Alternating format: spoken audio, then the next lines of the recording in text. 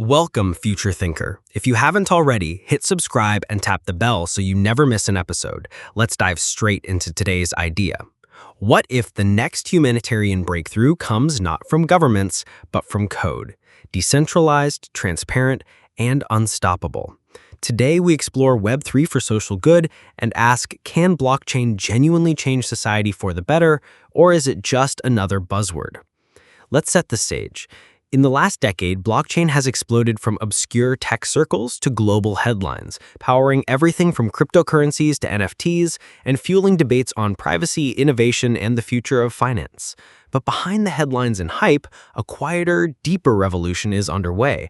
Social entrepreneurs, activists, and technologists are now using Web3 tools like blockchains, DAOs, and smart contracts not to get rich quick, but to tackle some of humanity's biggest challenges. Think fighting poverty, increasing transparency, protecting data, and democratizing humanitarian aid. Pause for a moment. Have you ever hesitated to donate to a cause because you weren't sure where your money would really end up? Maybe you worried about overhead, fraud, or just not knowing if your gift actually made a difference. Type yes or no in the comments below. Let's see how common this feeling is. This uncertainty is exactly what Web3 aims to fix. At its heart, blockchain is about trust without middlemen. Smart contracts, tiny programs that run on the blockchain, can move funds only when specific, verifiable conditions are met. DAOs let thousands of people vote, organize, and fund projects with built-in transparency. Every transaction is recorded on a public ledger, open, traceable, and tamper-proof. So imagine you donate to a clean water project. You can see in real time how your money is spent, where it goes, when, and for what purpose. No more black box charities. That's the vision. Let's look at real-world examples. Organizations like GiveDirectly have piloted crypto cash transfers that reach recipients instantly and with far fewer administrative layers. Platforms like Giveth and the Given Block let you support causes with Bitcoin, Ethereum, and other cryptocurrencies. Even UNICEF has established a crypto fund using blockchain for traceable, auditable donations. A 2023 peer-reviewed study, Blockchain for Social Impact, DOI 10.339-0INF1408437, surveyed dozens of Web3-driven philanthropy projects worldwide. The result? 72% of projects reported a marked increase in donor trust and participation after implementing blockchain-based transparency. Donors said that seeing exactly where money went and how quickly made them more likely to contribute again. But this isn't just about money. In disaster response, Web3 tech has been used to coordinate relief in real time.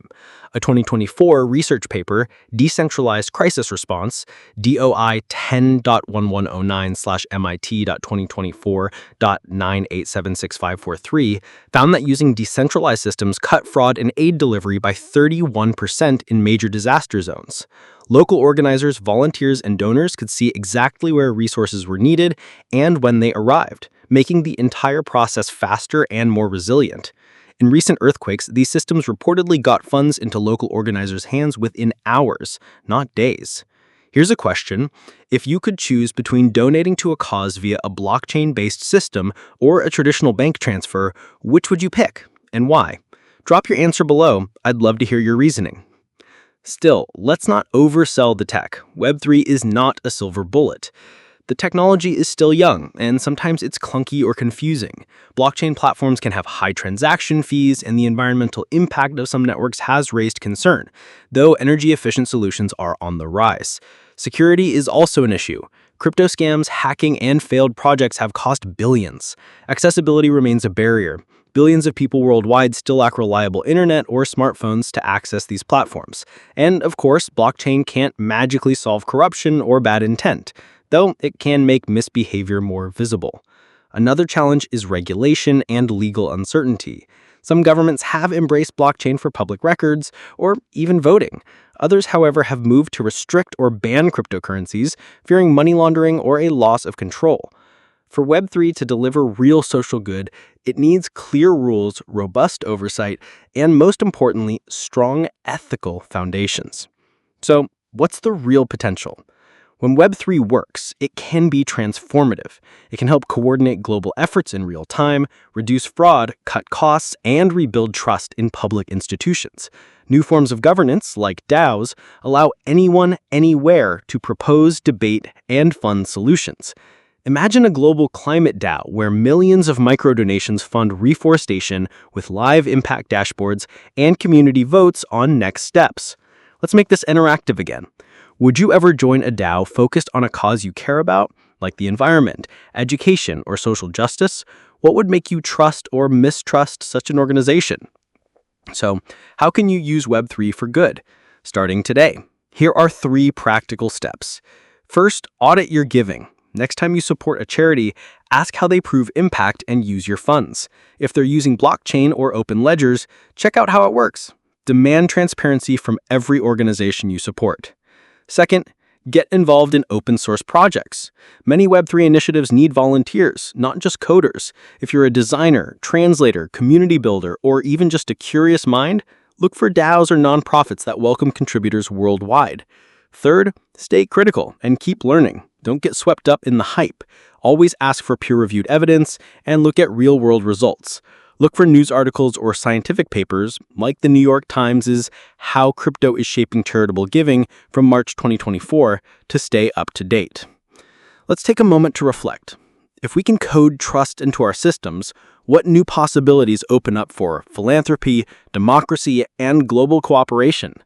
Could smart contracts and DAOs become the foundation for new forms of collaboration and problem-solving, ones that don't rely on a few powerful intermediaries, but on transparent, participatory networks?